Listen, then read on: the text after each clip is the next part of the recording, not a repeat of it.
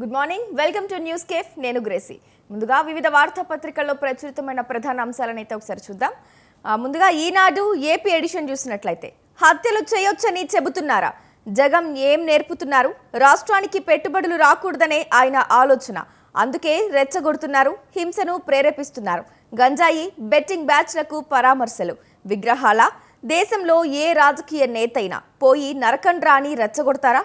జగన్ పై నిప్పులు చెరిగిన చంద్రబాబు. తెదేపా వారిని నరుకుతా అన్నాడంటే మంచిదే కదా, ఫ్లెక్సీపై సినిమా డైలాగ్ పెట్టడం కూడా తప్పేనా? షర్మిలమ్మ ఫోన్ ట్యాపింగ్ గురించి నాకేం తెలుసు? వైకాపా అధినేత జగన్ వ్యాఖ్యలు. ప్రధానితో అన్బిలీవబుల్, మోదీతో భేటీపై తొలిసారి స్పందించిన మంత్రి లోకేష్. యువ నాయకత్వం రావాలని ఆయన సూచించినట్లు వెల్లడి. రాష్ట్రంలో ఇచ్చిన హామీలన్నీ అమలు చేస్తున్నాం, ఎవరిపైనా కక్ష సాధింపుతో చర్యలు తీసుకోవడం లేదు. మధ్యంలో డబ్బు తినలేదని జగన్ దేవుడి మీద ప్రమాణం చేయాలి, ఇదే నా సవాల్. ఇక ఆంధ్రజ్యోతి ఏపీ ఎడిషన్ చూసుకున్నట్లయితే వైసీపీ అభ్యర్థులకు లిక్కర్ కిక్కు. 43 అసెంబ్లీ, 4 ఎంపీ స్థానాలకు 100 కోట్లు. డబ్బు తరలింపు రూట్ కనుక్కున్న సిట్. 8 మంది పాత్రపై సాంకేతిక ఆధారాల సేకరణ. రాజ్ కసిరెడ్డి ఆదేశాలు, ఇతరుల ఆచరణ. హెడ్ కుమారుడి నుంచి రాజ్ తోడల్లుడి దాకా కేసు నమోదు కాగానే ఒక్కొక్కరు విదేశాలకు జంప్. 10 రోజుల కిందటే దుబాయ్కు వెళ్లిన ప్రత్యమ్న కేంద్ర సహకారంతో వారిని రప్పించే ప్రయత్నాలు. సినిమాల్లో లాగా బయట చంపేస్తారా? రప్పా రప్పా నరుకుతా అనడం సినిమా డైలాగ్ అట, అందులో తప్పేముందని జగన్ అంటున్నారు. ఇలాంటి మానసిక స్థితి ఉన్న వారితోనే ముప్పు. వీరి నుంచి రాష్ట్రాన్ని ప్రజలే కాపాడుకోవాలి. రౌడీయిజం, హింసను ప్రేరేపించేలా జగన్ యాత్రలు. మనం కొట్టుకుంటే లాభమేంటి? తెలంగాణ కానీ ఆంధ్ర కానీ అంతా తెలుగువారే. గొడవ పడమంటే ప్రజల్ని మోసం చేయటమే. సముద్రంలో కలిసే నీటి వాడకంపై వివాదం ఏంటి? కాళేశ్వరం కట్టుకున్నప్పుడు నేను అడ్డు చెప్పలేదు. ఇచ్చిపుచ్చుకునే ధోరణిలో పరిష్కరించుకుందాం. చట్టబద్ధత కావాలంటే కేంద్రం వద్ద కూర్చుందామని చెబుతున్నా. బనకచెర్ల ప్రాజెక్టుపై సీఎం చంద్రబాబు. ఆలీబాబా 40 దొంగల మాదిరిగా జగన్ తీరు. దొంగతనం చేసింది తానేనని దొంగ ఒప్పుకుంటాడా? ఫోన్ ట్యాపింగ్ ద్వారా నాపై నిఘా పెట్టారు, ఇది నా వ్యక్తిగత స్వేచ్ఛను ఉల్లంఘించడమే. రైట్. ఇక సాక్షి ఆంధ్రప్రదేశ్ ఎడిషన్ చూసుకున్నట్లయితే బాండ్లు చూపి బాబును నిలదీయండి. రాష్ట్ర ప్రజలకు వైఎస్ఆర్సీపీ అధ్యక్షుడు వైఎస్ జగన్మోహన్ రెడ్డి పిలుపు. సూపర్ 6 సహా 143 హామీలు అమలు చేశానంటూ చంద్రబాబు పచ్చి అబద్ధాలు. మీ తప్పులు ఎత్తి చూపితే భూస్థాపితం చేస్తారా? ఇది ప్రజాస్వామ్యమేనా? సీఎం చంద్రబాబుపై వైఎస్ జగన్ ఆగ్రహం. మా పార్టీ వాళ్ళ ఇంటికి నేను వెళ్లడం తప్ప, కర్ఫ్యూ వాతావరణం తీసుకురావడం తప్పు కాదా? రైట్. ఇక తెలంగాణ నమస్తే తెలంగాణ ఎడిషన్ చూసుకున్నట్లయితే బాబుకు దాసోహం, రేవంత్ ద్రోహం. గోదావరిలో 1000, కృష్ణాలో 500 టీఎంసీలు ఇచ్చి ఏపీ ఎన్ని నీళ్లైనా దోచుకుపోవచ్చని ఎట్లా మాట్లాడతావు? మన నీళ్లపై హక్కులు రాసివ్వడానికి రాష్ట్రం నీ జాగీరా రేవంత్. నీ అజ్ఞానం మూర్ఖత్వంతో తెలంగాణకు తరతరాల నష్టం. హరీష్. జల హక్కులు ఏపీకి తాకట్టు. గోదావరి కృష్ణాలో కలిపి 1500 టీఎంసీలు చాలన్న రేవంత్ రెడ్డి. ఆపై జలాలను ఏపీ తరలించుకుపోయిన అభ్యంతరం లేదన్న సీఎం. చంద్రబాబును ఒప్పించి ఎన్ఓసీ ఇప్పించాలని కేంద్రానికి విజ్ఞప్తి. బనకచెర్ల కంటే మూసీ నదిపైనే మక్కువ చూపిన రేవంత్ బృందం. బాబ్లీ బాబు బనకచెర్ల డాబు, 2 కండ్ల చంద్రబాబు, 2 నాల్కలు. ఈటల ప్రశ్నకు జవాబేది? సీఎం. కాళేశ్వరానికి కేబినెట్ ఆమోదం ఉన్నదన్న రాజేంద్రన్. నాటి కేబినెట్లో ఉన్న ఇప్పటి నీ మంత్రులను అడుగు. ఆమోదం లేకుండా భారీ ప్రాజెక్టు ఎలా కడతారని ప్రశ్న. ఏ ప్రభుత్వమైనా ప్రజల కన్నీళ్లు తుడవాలే గాని రేవంత్ సర్కార్ ప్రజలను కన్నీళ్లు పెట్టిస్తున్నదని ఫైర్. రైట్. ఇక ఈనాడు తెలంగాణ ఎడిషన్ చూసుకున్నట్లయితే బనకచెర్లను నిలువరించాలి అనే అదే అంశం అయితే ప్రచురితమైంది. ఎపెక్స్ కౌన్సిల్ అనుమతి లేకుండానే ఏపీ ముందుకు వెళ్తోంది. మెట్రో ఫేజ్ 2 మంజూరు చేయండి. కేంద్ర మంత్రి ఖట్టర్కు సీఎం రేవంత్ రెడ్డి వినతి. బ్రిటన్ మాజీ ప్రధాని బ్లెయిర్తో ముఖ్యమంత్రి భేటీ. తెలంగాణ రైజింగ్ విజిట్ పై బ్లెయిర్ సంస్థతో ఎంఓయూ. ఖమేనీని అంతమొందిస్తాం. ఇజ్రాయెల్ హెచ్చరిక. నతాంజ్ అరాక్ అణుకేంద్రాలపై బాంబులు. ఇరాన్ దాడుల్లో 240 మందికి గాయాలు. చర్చలకు 2 వారాల గడువిచ్చిన ట్రంప్. ఆ తర్వాత దాడులపై నిర్ణయం. మధ్యవర్తిత్వానికి సిద్ధమన్న పుతిన్. అవును, వాళ్ళిద్దరిదే ఘనత. ఎటికెలకు భారత్ పాక్ కాల్పుల విరమణలో నా ప్రమేయం లేదు అని అంగీకరించిన ట్రంప్. పాక్ సైన్యాధిపతితో విందు భేటీ. పచ్చ జెండా ఊపింది రేవంతే. కేసీఆర్ హయాంలో ఎపెక్స్ కౌన్సిల్లో బనకచెర్లపై చర్చే జరగలేదు. ఏటా 3,000 టీఎంసీలు సముద్రంలోకి వృధాగా పోతున్నాయని చెప్పింది సిడబ్ల్యూసీనే. వాటిలో 1,950 టీఎంసీలు తెలంగాణకు కేటాయించాలని కేసీఆర్ డిమాండ్ చేశారు. మాజీ మంత్రి హరీష్ రావు బనకచెర్లపై ఢిల్లీ వెళ్తాం, కేంద్రంతో మాట్లాడుకుంటాం, ఇచ్చిపుచ్చుకునే ధోరణిలో వ్యవహరిద్దాం, తెలుగు రాష్ట్రాన్ని అభివృద్ధి చేసుకుందాం ఏపీ ముఖ్యమంత్రి చంద్రబాబు. రైట్. ఇక ఆంధ్రజ్యోతి తెలంగాణ ఎడిషన్ చూసుకున్నట్లయితే దేవరకద్రలో బ్రహ్మోస్ తయారీ యూనిట్. దేవరకద్ర పరిధిలోని చౌదర్పల్లి శివారులో స్థలాన్ని పరిశీలిస్తున్న అధికారులు ఎమ్మెల్యే మధుసూదన్ రెడ్డి. బనకచెర్లను అడ్డుకోండి, తెలంగాణ ప్రయోజనాలకు విరుద్ధంగా ఆ ప్రాజెక్టు ప్రతిపాదన. గోదావరిపై ప్రాజెక్టులు కట్టి నీళ్లు తీసుకోండి. రైట్. భీకర యుద్ధం. ఇజ్రాయెల్ ఆసుపత్రి, స్టాక్ ఎక్స్చేంజ్ భవనాలపై ఇరాన్ క్షిపణులు. టెల్ అవీవ్ శివార్లలో నష్టం. ఒక్కరోజే 200 మందికి పైగా క్షతగాత్రులు. ఇరాన్లోని అరాక్ భారజల ప్లాంట్పై ఇజ్రాయెల్ దాడులు. నటాంజా అణుకేంద్రం పైన ఇరాన్ క్రిప్టో కరెన్సీ ఎక్స్చేంజ్ పై సైబర్ దాడి. 785 కోట్ల రూపాయలు కొల్లగొట్టిన ఇజ్రాయెల్ హ్యాకర్లు. మిల్లీమీటర్ దూరంలో అణు విధ్వంసం. రష్యా హెచ్చరిక. ఇరాన్ దాడి భయంతో పశ్చిమాసియాలో అమెరికా వెనక్కి. రాయిటర్స్. మోదీ మునీర్ వల్లే యుద్ధం ఆగింది. వారిద్దరూ చాలా తెలివైన వ్యక్తులు. ఆపుకుంటే భారత్ పాకిస్తాన్ ఘర్షణ అణు యుద్ధానికి దారి తీసి ఉండేది. వారిద్దరికీ కృతజ్ఞతలు తెలుపుతున్నా. ఇరాన్ గురించి పాక్కు తెలుసు. ట్రంప్. జస్టిస్ వర్మ ఇంటి ప్రాంగణంలో నోట్ల కట్టలు నిజమే. కనీసం 10 మంది ప్రత్యక్ష సాక్షులు చెప్పారు. జడ్జి ఇంట్లో ఎవరో నోట్ల కట్టలు పెట్టడం అసాధ్యం. జస్టిస్ వర్మ అవినీతి నిజమేనని రుజువైంది. 64 పేజీల నివేదికలో త్రిసభ్య కమిటీ వెల్లడి. రైట్. ఇక సాక్షి తెలంగాణ ఎడిషన్ చూసినట్లయితే మళ్లీ తెరపైకి ఇచ్చంపల్లి సాగర్. కేంద్ర మంత్రి సిఆర్ పాటిల్ ముందు సీఎం రేవంత్, మంత్రి ఉత్తమ్ ప్రతిపాదన. రేవంత్కు బేసిన్ల కంటే బ్యాగుల మీదే నాలెడ్జ్ ఎక్కువ. బాండ్లు చూపి బాబును నిలదీయండి. ఏపీ ప్రజలకు వైఎస్ఆర్సీపీ అధ్యక్షుడు వైఎస్ జగన్ పిలుపు. ఆసుపత్రిపై క్షిపణుల దాడి. హర్మూజ్ను మూసేస్తాం, ఇరాన్ హెచ్చరిక. Dooms day air craft ready. రక్షణ కోసం ముందస్తుగా తెప్పించిన ట్రంప్ సర్కార్. Target Fordow. ఇరాన్లోని ఆ అణు కేంద్రంపైనే ఇజ్రాయెల్ గురి. బనకచెర్లను అడ్డుకోండి, తెలంగాణ ప్రయోజనాలను ఈ ప్రాజెక్టుతో విఘాతం. కేంద్ర మంత్రి సిఆర్ పాటిల్కు సీఎం రేవంత్, ఉత్తమ్ ఫిర్యాదు. రైట్. వివిధ వార్తాపత్రికల్లో ప్రచురితమైన ప్రధాన అంశాలను అయితే చూసాం. అయితే వీటిపై విశ్లేషణ అందించడానికి, వివరణ అందించడానికి మనతో ఇవాళ జూమిన్ ద్వారా రెడీగా ఉన్నారు కల్లూరి శ్రీనివాస్ రెడ్డి గారు, విశ్లేషకులు. Good morning sir. Good morning. Right sir, మనం మొదటిగా చూసుకున్నట్లయితే బనకచెర్లను నివారించండి. ఎక్కడ చూసినా ఇదే అంశం అయితే మనం చూస్తున్నాం. మళ్ళీ అలాగే తెరపైకి ఇచ్చంపల్లి సాగర్ ప్రాజెక్ట్ గురించి కూడా వచ్చింది సార్. మరి అంశాన్ని ఎలా చూడొచ్చు అంటారు? ఇది తెలంగాణ రాజకీయాల్లో చాలా సంచలనమైన విషయంగా మారింది. 3 పార్టీలు కూడా ఒక పార్టీపై ఒక పార్టీ ఆరోపణలు చేసుకుంటున్న పరిస్థితి కనపడుతుంది. బీజేపీ కేంద్రంలో అధికారం ఉంది, కాంగ్రెస్ రాష్ట్రంలో అధికారంలో ఉంది, బీఆర్ఎస్ ఇక్కడ ప్రతిపక్షంలో ఉంది. 10 సంవత్సరాలు తెలంగాణ పరిపాలించిన పార్టీ. కాబట్టి 3 పార్టీలది కూడా ఎవరి పొలిటికల్ మైలేజ్ కోసం, ఎవరి పొలిటికల్ ప్రయోజనం కోసం ఆ పార్టీలు మాట్లాడుతున్నట్టయితే కనపడుతుంది. ఓవరాల్ ఇప్పుడు తెలంగాణకు జరుగుతున్నది ఏంది అనేది మాత్రం చాలా కీలకం. అయితే తెలంగాణ చాలా మేరకు కృష్ణా నది నుంచే నీళ్లను పొందలేని పరిస్థితి రోజు రోజు పెరుగుతుంది. ఇక్కడ కృష్ణా వాటర్ కు సంబంధించి అనుమానాలు చాలా ఉన్నాయి. ఎందుకంటే బనకచెర్ల నిర్మాణం చేస్తున్నది మన గోదావరి మిగులు జలాలు, వరద జలాలు వాటినే వాడతామని ఆంధ్రప్రదేశ్ ప్రభుత్వం చెప్తున్నది. అందులో ఎంత నిజం ఉందనేది పక్కన పెడితే అసలు బనకచెర్ల కడుతున్నది ఎక్కడ అంటే దాదాపు 100 కిలోమీటర్లు వచ్చిన తర్వాత నియర్లీ పోతిరెడ్డిపాడుకు దగ్గర, అంటే కృష్ణా శ్రీశైలం అనేది ప్రాజెక్టుకు దగ్గరలో కడుతున్న పరిస్థితి. ఇక్కడ ఏంటంటే అల్టిమేట్ గా కృష్ణా వాటర్ ను వాడుకోవడానికే బనకచెర్ల నిర్మాణం జరుగుతుందనేది ఒక పెద్ద అనుమానం అయితే తెలంగాణ ప్రజలకు ఉన్నది. కాబట్టి దాని మీద క్లారిటీ లేదు.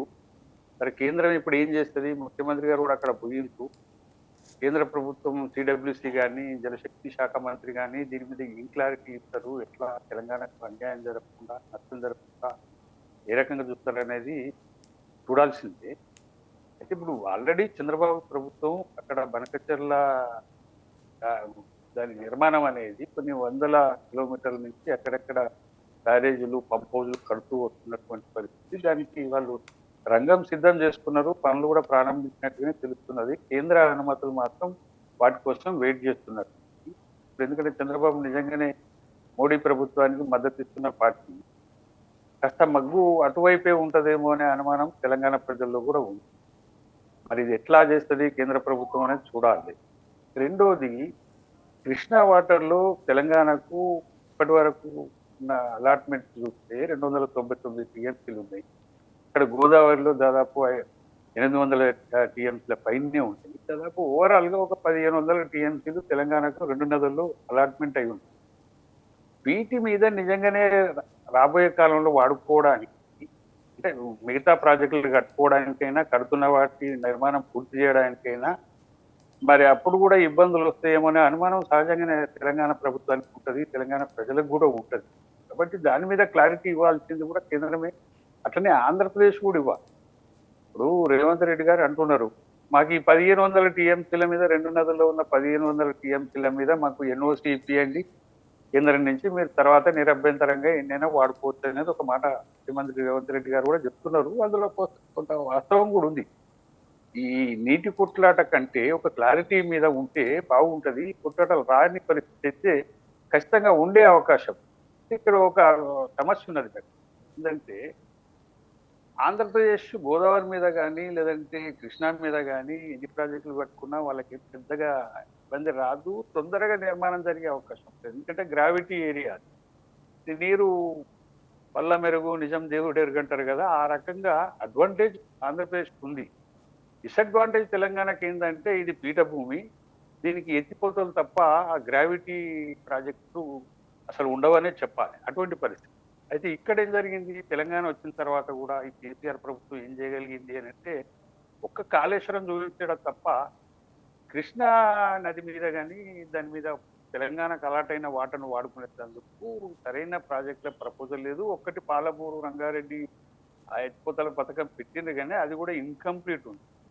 ఇంకా వాడుకోవాల్సి చాలా ఉంది. 299 టీఎంసీలు కృష్ణాలో తెలంగాణకు వాడుకునే రైట్ ఉన్నా కూడా 299కి సమానమైన ప్రాజెక్టులు లేవు. ఇక్కడ ఏంటంటే ఇంకో 150 టీఎంసీల వరకు వాడుకోని పరిస్థితి తెలంగాణకు ఉన్నది కృష్ణా జిల్లా.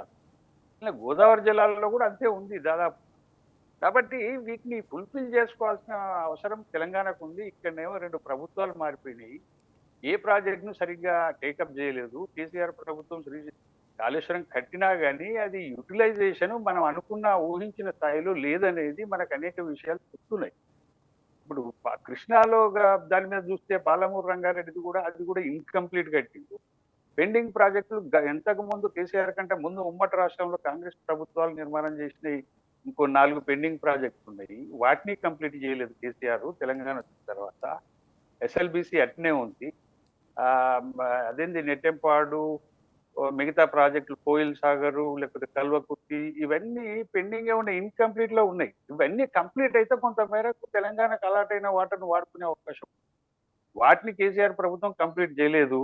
ఈ ప్రభుత్వం వచ్చింది రేవంత్ రెడ్డిది 1.5 year అవుతుంది. ఈయన కూడా పెద్దగా ఏ ప్రాజెక్ట్ ను కూడా కంప్లీట్ చేస్తున్న పరిస్థితి మనకి ఇప్పటికైతే కనపడుతుంది. ఓవరాల్ ఏంటంటే రాజకీయాలు, పార్టీలు వాళ్ళ వాదనలు పక్కన పెడితే తెలంగాణకి ఈ 2 నదుల మీద జరగాల్సినంత ప్రయోజనం జరుగుతలేదు అనేది మాత్రం వాస్తవం. కాబట్టి ఈ నేపథ్యంలోనే బనకచెర్ల నిర్మాణాన్ని ప్రజలు కూడా అనుమానిస్తున్నారు. రాజకీయ పార్టీలే కాదు, ఏం చేస్తారు నిజంగానే బనకచెర్ల ఎక్కడ ఉన్నదండి, పోతిరెడ్డిపాడు నుంచి తీసుకుపోయే నీళ్ళే. శ్రీశైలంకు బ్యాక్ వాటర్, శ్రీశైలం నుంచి పోతిరెడ్డిపాడు నుంచి ఏదైతే తెలుగు గంగ కోసం తీసుకున్నారో దానితో పాటు ఇప్పటికీ జగన్మోహన్ రెడ్డి వచ్చిన తర్వాత సంగమేశ్వరం ప్రాజెక్ట్ అనేది ఒకటి కట్టింది దాని లోపలనే.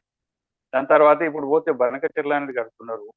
పేరు గోదావరి జలాలది ఉండేట్టున్నది, నీళ్లు మాత్రం శ్రీశైలం నుంచే, కృష్ణా నుంచే తీసుకుపోయే పరిస్థితి కనపడుతుంది. ఆ బనకచెర్లతోటి మరిన్ని నీళ్లు కృష్ణా నీళ్ళే వాడుకునే పరిస్థితి ఆంధ్రప్రదేశ్కి ఏర్పడుతుంది. అప్పుడు తెలంగాణకు నీళ్లు దొరికే పరిస్థితి ఉండదు కృష్ణా నది మీద. కాబట్టి వీటన్నిటి అనుమానాలు ఖచ్చితంగా తెలంగాణకు ఉంటాయి. కాకపోతే రేవంత్ రెడ్డి ప్రభుత్వం ఇప్పుడు ఏం చేయాలంటే కృష్ణా వాటర్ మీద మన ప్రాజెక్టులు పెండింగ్ ఏంటి ఉన్నాయి, కొత్తగా కట్టాల్సినవి ఏంటి అనే దాని మీద సీరియస్ గా దృష్టి పెట్టి త్వరగా కంప్లీట్ చేయాల్సిన అవసరం అయితే ఉంది. రాజకీయాలు ఏంది, బీఆర్ఎస్ ను కాంగ్రెస్ తిట్టడం, కాంగ్రెస్ బీఆర్ఎస్ ని తిట్టడం షరామామూలుగా జరిగిపోతున్న విషయాలే కానీ తెలంగాణ ఏం చేయాలనేది రేవంత్ ప్రభుత్వం కూడా ఆలోచన చేయాల్సిన అవసరం ఉంది. అవతల ఎలాగూ అక్రమంగానో సక్రమంగానో కడుతుంటారు. కానీ తెలంగాణకు మనకు అలాటైన వాటర్కైనా కనీసం ఆ ప్రాజెక్టులను పెండింగ్ ప్రాజెక్టులను కంప్లీట్ చేసుకోవడం, కొత్త ఎక్కడ నిర్మాణం చేయాలని చూడడం అనేది చూడాలి రేవంత్ ప్రభుత్వం. రాజకీయ కొట్లాటలు రోజు ఉంటాయి. మరి 1.5 year లో రేవంత్ ప్రభుత్వం కూడా ఒక్క ప్రాజెక్టు కూడా కంప్లీట్ చేయడానికో ఇంకేదో చేయడానికి చేయలే. ఎస్ఎల్బిసి విషయంలో పోయిండు. ఎస్ఎల్బిసి విషయంలో పోతే అక్కడ కార్మికులు చనిపోయిన పరిస్థితి ఇంకొక 10 kilometers ఉన్నది అది టన్నెల్ చదవడానికి. మరి కనీసం దాని మీదనన్నా స్పీడప్ చేస్తలేరు. ఈ నెట్టెంపాడు, కోయిల్ సాగర్, కల్వకుర్తి వీటినైనా కంప్లీట్ చేసే పనులు చేస్తలేరు. ఎందుకంటే ముఖ్యమంత్రి రేవంత్ రెడ్డి గారే చెప్తున్నారు, పోసినా నా దగ్గర రూపాయి లేదు. ఏదో దౌర్భాగ్యమైన పరిస్థితి, ఆర్థిక పరిస్థితి. కాబట్టి కేంద్రం కూడా తెలంగాణకు న్యాయం జరిగేటట్టుగా చూడాల్సిన అవసరం మాత్రం ఉంది. ఇక్కడ కూడా బీజేపీకి సంబంధించి 8 మంది ఎంపీలను తెలంగాణ ప్రజలు గెలిపించారు. కాబట్టి నీళ్లలో తెలంగాణకు అన్యాయం జరగకుండా చూడాల్సిన బాధ్యత మోడీ ప్రభుత్వం మీద ఉంది. కాబట్టి ఇదేదో మనకచెర్ల అనేది గోదావరి మిగులు జలాలు అదేంటి వరద జలాల మీదనే ఆధారపడ్డది అని చెప్పడానికి ఎక్కడేం సాక్ష్యం లేదని చెప్తున్నారు. ఇప్పుడు చంద్రబాబు ఈ రోజు మాట్లాడింది కదండి, ఎవరికి అన్యాయం జరగదు మా ప్రాజెక్టు వల్ల, మీరు కూడా ఎన్నైనా కట్టుకోవచ్చు అనేది చంద్రబాబు నిన్న మాట్లాడిన పరిస్థితి మీరు ఇప్పటిదాకా వార్తలు చదివింది. నిజమే, కానీ అనుమానాలు ఉన్నాయి కదా. అదే మనకచెర్ల నువ్వు గోదావరి వరద జలాల మీద కడుతున్న దాన్ని తీసుకొచ్చి శ్రీశైలం దగ్గర కడుతున్నావు. దాని బ్యారేజ్ శ్రీశైలం దగ్గర ఉంది, 100 kilometers ప్రయాణం చేయాలి వీళ్ళు. అంటే మరి ఇది కృష్ణా నీళ్ళ కోసం కడుతున్నారా, మిగులు జలాలకు గోదావరి మిగులు జలాల కోసం కడుతున్నారా అనేది కాస్త అనుమానం ఉంది. ఎంతైనా ఇప్పటికే జరిగింది కృష్ణా మీద, చెప్పింది ఒకటి జరిగింది ఒకటి. గతంలో కూడా ఇప్పుడు కూడా అదే జరుగుతున్నది.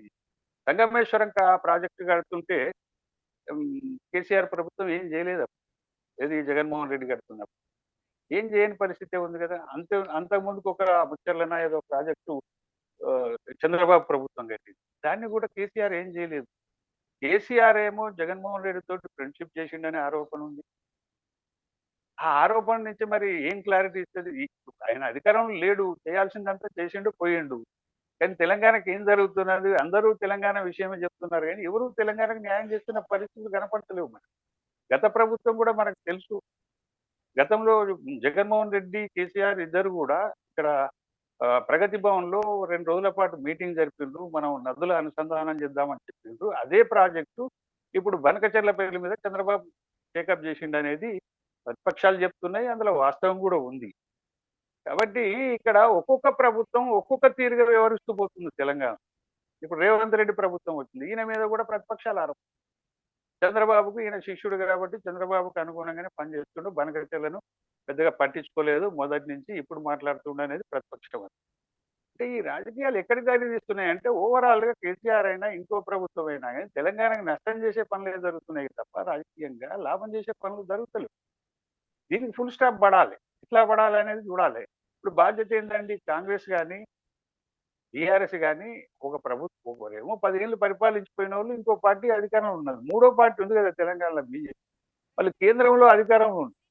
కాబట్టి తెలంగాణకు అన్యాయం జరగకుండా చూడాల్సిన బాధ్యత మాత్రం 100% బీజేపీ పైనే ఉంటది, బీజేపీ కేంద్ర ప్రభుత్వం పైన ఉంటది, అందులో అనుమానం లేదు. మరి ఇప్పుడు ముఖ్యమంత్రి గారు ఢిల్లీకి వెళ్ళిండ్రు, ఎవరెవరిని కలుస్తారు? జలశక్తి శాఖ మంత్రిని కలుస్తుండొచ్చు, మిగతా వాళ్ళని కలుస్తుండొచ్చు. ఎంతవరకు న్యాయం జరుగుతుంది? నిజంగానే బనకచెర్లలో అన్యాయం జరగదని గ్యారెంటీ ఎవరిస్తారండి? నీళ్ళ విషయంలో కేంద్ర ప్రభుత్వం కూడా ఇవ్వలేదు. జరిగే కంటే ముందు జాగ్రత్త ఉండాలి తప్ప జరిగిన తర్వాత జాగ్రత్త పడితే లాభం లేదు. ఈ విషయం రేవంత్ రెడ్డి ప్రభుత్వం కూడా అర్థం చేసుకోవాలి. గతంలో పోయిన కేసీఆర్ ప్రభుత్వం కూడా ఇదే అలసత్వం ప్రదర్శించి అనేక నష్టాలను చేసి పెట్టిందని చెప్పాలి. కాబట్టి ఇదంతా పొలిటికల్ డ్రామా నడుస్తుంది. ఒక పార్టీ మీద ఒక పార్టీ మాట్లాడుకోవడం, ఇందులో నిజంగానే తెలంగాణకి ఏమైనా ప్రయోజనం చేస్తున్నారా వీళ్ళు మాట్లాడుకోనంటే వాళ్ళ పొలిటికల్ మైలేజే తప్ప ప్రజల మైలేజ్ ఏం లేదు, ప్రజల ప్రయోజనం ఏం కనపడతలేదు. వాస్తవంగా తెలంగాణకు నీటి విషయంలో రెడ్డి గారు చెప్పండి. ఇక టైం అయిపోతుంది. ఇక మరో అంశాన్ని కూడా మనం ఒకసారి చూద్దాము. ఇక ఆంధ్రప్రదేశ్ రాజకీయాల గురించి తీసుకున్నట్లయితే రప్పా రప్పా నరుకుతా అని ఒక్క డైలాగ్ వల్ల ఇప్పుడు వైఎస్ఆర్సీపీ పార్టీ తరపు నుంచి కానీ టీడీపీ పార్టీ తరపు నుంచి కానీ పూర్తి వ్యతిరేకతలు వ్యక్తమవుతున్నాయి. ఇట్లా సినిమాల్లో లాగా బయట చంపేస్తారా, ఈ రప్పా రప్పా నరుకుతా అనడం సినిమా డైలాగా? మరి దీన్ని జగన్ సమర్థించడాన్ని కూడా చంద్రబాబు దానిపై కూడా ఆగ్రహం వ్యక్తం చేస్తున్నారు. మరి ఈ అంశాన్ని ఎలా చూడొచ్చు అంటారు? అదొక ఫ్యాక్షన్ భాష అని చెప్పొచ్చు. అట్లా మాట్లాడకూడదు ఎవరు ఉన్నా కూడా. సరే, ఇప్పుడు ఆంధ్రప్రదేశ్ రాజకీయాలు ఏమున్నదండి, ఒకప్పుడు ఉండేది ఫ్యాక్షన్ రాజకీయాలు అనేది. కానీ ఈ మధ్యన అది ఆ ఫ్యాక్షన్ రాజకీయం రాజశేఖర రెడ్డి ముఖ్యమంత్రిగా అయిన తర్వాత చాలా మేరకు తగ్గింది, లేదు ఇక్కడ. కాకపోతే ఫ్యాక్షన్ భాష మాత్రం నిన్న వైసీపీలో జరిగిన విషయాల్లో వాళ్ళు మాట్లాడిన తీరు, లేకపోతే ఆ పోస్టర్స్ కావచ్చు, అవన్నీ మనకు కనపడుతున్నాయి. అదొక రాజకీయ హింసను ప్రేరేపించే రకంగా ఉంది, కానీ అది మంచి పద్ధతి కాదు. ఏదంటే విధానపరంగా మాట్లాడాలి తప్ప ఈ రప్ప రప్ప ఏందండి, ఆ సినిమా డైలాగా లేకపోతే ఫ్యాక్షన్ డైలాగా, ఏ డైలాగో అర్థం కాదు. దురదృష్టం ఏంటంటే ఆంధ్రప్రదేశ్ రాజకీయాల్లో రెండు పార్టీలు ప్రాంతీయ పార్టీలే, రెండు కూడా మనకందరికి తెలిసిందే, అది కుటుంబ పార్టీ. ఒక ఇద్దరు వ్యక్తుల కోసం జగన్మోహన్ రెడ్డి వర్సెస్ చంద్రబాబు రాజకీయమే తప్ప ఫిలాసఫికల్ గాను విధానపరంగాను రాజకీయాలు ఆంధ్రప్రదేశ్లో లేకపోవడం దురదృష్టకరం. మొదటి నుంచి కూడా ఆంధ్రప్రదేశ్ రాజకీయాలు బేసికల్ గా దీని మీద ఆధారపడుతూ నిర్మాణం అవుతూ వచ్చినాయనంటే, ఒకప్పుడు ఫ్యాక్షన్ కావచ్చు, దాని తర్వాత సినిమాలు కావచ్చు, దాని తర్వాత ఇప్పుడు కులాలు కావచ్చు. ఒకప్పుడు ఫ్యాక్షన్, దాని తర్వాత సినిమాలు, దాని తర్వాత ఫ్యాక్షన్, దాని తర్వాత ఇప్పుడు కులాలు. అంటే ఇప్పుడు కుల రాజకీయాల బేస్ మీద రెండు పార్టీలు ఆ రాష్ట్రంలో రాజకీయాలు చేస్తూ ఉండడం చాలా దురదృష్టకరం. ఇంత ఘోరంగా కుల పిచ్చి రాజకీయాలు, ఇంకేదో రాజకీయాలు నడుస్తున్న రాష్ట్రం భారతదేశంలో ఇంకోటి ఉందని నాకు అనిపించేది. చాలా వరెస్ట్. అసలు ఆ రాష్ట్ర అభివృద్ధి కంటే ఒక వ్యక్తుల ఈగోల కోసం మాట్లాడుతుండడం, అందరూ పర్సనల్ క్రిటిసిజమే ఎక్కువ ఉంటుంది. ఆంధ్రప్రదేశ్ రాజకీయాల్లో ఎక్కడ చూసినా కానీ పర్సనల్ క్రిటిసిజమే ఎక్కువ ఉంటుంది. అది ఈ పార్టీ నుంచి అయినా ఆ పార్టీ వ్యక్తుల మీద ఉంటుంది. రాష్ట్రం అభివృద్ధి ఏంది, అక్కడ ఉన్న ఫిలాసఫికల్ పాలిటిక్స్ ఏంటంటే ఏమీ లేవు. ఫ్యాక్షనో, సినిమానో, క్యాస్టో తప్ప ఇంకో దేశే లేని రాజకీయాలు ఆంధ్రప్రదేశ్లో మొత్తం మనం చాలా విచిత్రంగా అనిపిస్తుంది, బాధ కూడా కలుగుతుంది. ఎందుకు ఇంత రాష్ట్రంలో ఇటువంటి రాజకీయాలు నడుస్తాయి? నిజంగా రప్పా రప్పా అంటే ఏంటది? ఒక రకంగా అది చాలా జుగుప్సాకరమైనటువంటి రాజకీయాలని చెప్పాలి. అవి తగ్గాలి ఆంధ్రప్రదేశ్లో. ఎప్పుడు తగ్గుతాయి అనేది తెలియదు. ఇంకొక పార్టీ ఉద్భవిస్తే తగ్గుతాయి అంటే మరి ఇంకొక పార్టీ ఉద్భవించే పరిస్థితి కూడా కనపడతలేదు. రెండే పార్టీలు స్థిరపడిపోయినాయి. మిగతా ఉంటే ఇప్పుడు పవన్ కళ్యాణ్ అనేది ప్రధాన భాగస్వామిగా టీడీపీ గవర్నమెంట్ లో ఉన్నాడు. ఆయన కూడా ఒక సినిమా యాక్టరు. సరే, ఆయనకు పాపులారిటీ ఉండొచ్చు.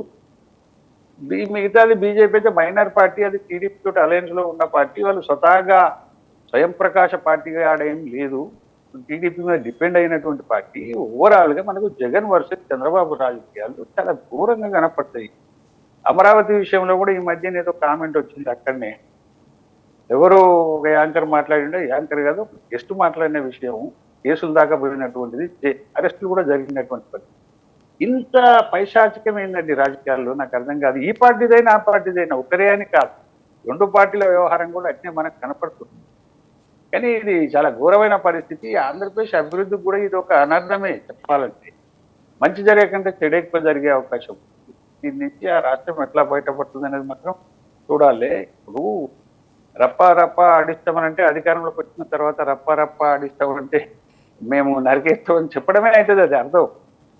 మరి నిజంగానే జగన్మోహన్ రెడ్డి సీఎంగా ఉన్నప్పుడు టీడీపీ మాట్లాడిన భాషలు కూడా ఇంకో రకంగా ఉన్నాయి. కానీ ఓవరాల్గా ఏంటంటే జిగుప్పాకరమైన కామెంట్లే తప్ప మంచి కామెంట్లు ఆ రాజకీయాల్లో ఎప్పుడు మనం కనపడతలేదు.